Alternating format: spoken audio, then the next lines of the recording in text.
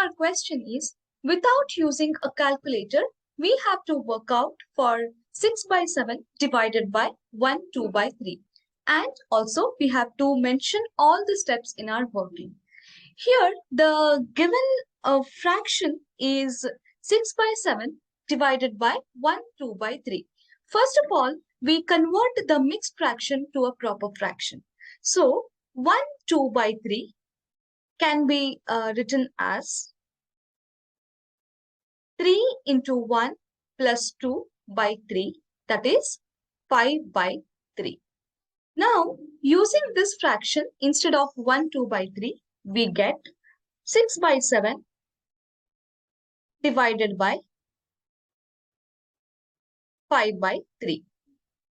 The rule of fractional multiplication says that 6 by 7 can be multiplied to the reciprocal of 5 by 3, that is 3 by 5. Therefore, 6 into 3 is equal to 18 and 7 into 5 is 35. Therefore, 6 by 7 divided by 1, 2 by 3 is equal to 18 by 35. Hope the solution was understandable. Thank you.